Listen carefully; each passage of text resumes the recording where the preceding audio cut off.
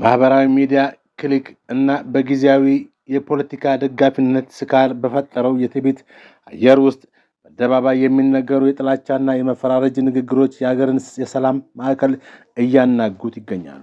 በቅርቡ በፕሮቴስታንት እምነት ተከታይነቷና በብልጽግና ፓርቲ ደጋፊነቷ የምታወቀው አክተር ወይም አርቲስት አስቴር በዳኔ አሁን ጦር የሚያማዝዝን ብዙ ትውልድን የበላን አማራና ኦርቶዶክስ የሀገር ባለቤት ነኝ ብሎ ተቀምጧል።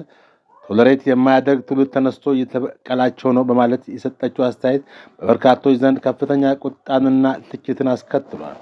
ይህ የቡድን ፍረጃና የብቀላ ትረካ የሀገሪቱን ታሪካዊና ማህበራዊ እውነታ ያላገናዘበ ከመሆኑ በላይ በክርስቲያናዊ አስተምህሮ ሆነ በዓለም አቀፍ የታሪክ መማሪያዎች ዘንድ እጅግ አደገኛ መንገዶችን የሚጠርግ ነው። ለአስቴር በዳኔ አደገኛ ንግግር ከሰጡት የጠነከሩና የሰከኑ ምላሾች መካከል የዘማሪት ሶፊያ ሽባባው መልስ ተጠቃሽ ነው። ሶፊያ ባስቀመጠችው ግልጽ አማራንም ሆነ ኦርቶዶክስን እየተበቀለ ያለ ትውልድ ፈጽሞ የለም አስቴር ስትል ያነሳችውን የተሳሳተ ፍረጃ አፍርሳዋለች።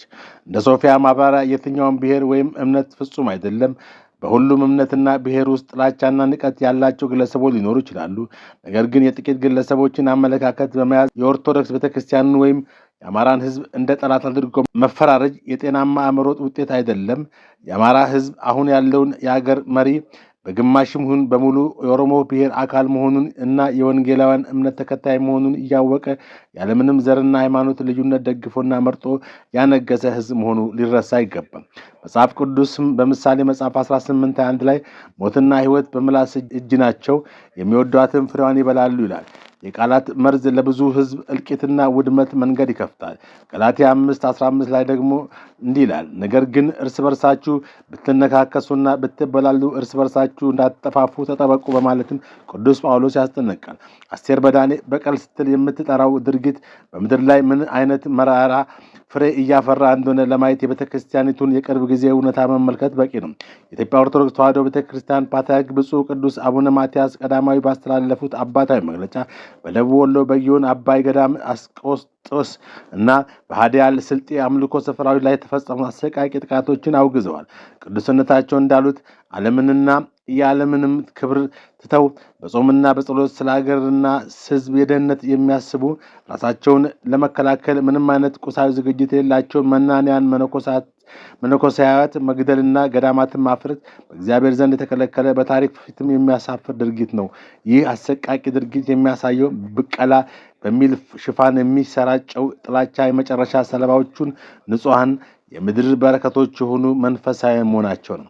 አስቴር በዳኔ እና መሰል አመለካከት ያላቸው ሰዎች ከዓለም አቀፍ የታሪክ ገጾች ሊማሩ የሚገባቸው ትልቅ ትምህርት አለ። እንደ አውሮፓ አቆጣጠር በ1994 በሩዋንዳ የተከሰተው አሰቃቂ የዘር ማጥፋት እልቂት የጀመረው በመሳሪያ ሳይሆን በሬዲዮና በአደባባይ በተነገሩ የጥላቻ ንግግሮች ነበር። የበቀል ጊዜ ደረሰ፣ እነሱ የበላይ ነበሩ፣ አሁን የኛ ጊዜ ነው የሚሉ መፈክሮች የ800,000 ንጹሐንን ሕይወት በ100 ቀን ውስጥ በልተዋል። በተመሳሳይ በዩጎዝላቪያ የነበረው የሃይማኖትና የብሔር ፖለቲካ ፍቅርን ሳይሆን ብቀላና ጥላቻን በመስበኩ አገሪቱን ወደ ቆራጭነት ወደማያልቅ ጦርነት ከቷታል። ጥላቻንና ብቀላን እንደ ፖለቲካ ሃይማኖታዊ መሳሪያ መጠቀም የመጨረሻ ውጤት አገርን ማፍረስ እንጂ ማንንም አሸናፊ አይደለም።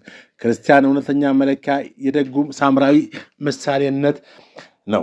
ደጉ ሳምራዊ የተጎዳውን ሰው ብሔርና ማንነቱን ሳይጠቅስ ቁስሉንና በዘይትና በወይን እንደጠገነለት ሁሉ ዛሬም የኢትዮጵያ ሕዝብ በተለይም የአማራ ሕዝብ ያለበትን ትልቅ ብሶትና ቁስል በርህራሄ መጠገን እንጂ በቁስል ላይ እንጨት መስደድ የክርስቲያናዊም ሆነ የሰብአዊነት አሰራር አይደለም። የፕሮቴስታንቱን የኦርቶዶክስ እምነት ተከታዮች እንዲሁም የሁሉም ብሔር አባላት የሚያስፈልጋቸው መፈራረጅ የብቀላ ድምፅ ሳይሆን የእርቅ የፍትህና የፍቅር ድምፅ ነው። ግለሰቦች የሚያደርሱትን ጥፋት ወደ ሙሉ እምነት ወይም ብሔር ማሳደግ በፖለቲካ ስካር ንጹሐንን ለማጥቃት ማጋለጥ በምድርም በሰማይም የሚያስጠይቅ ከባድ ወንጀል ነው።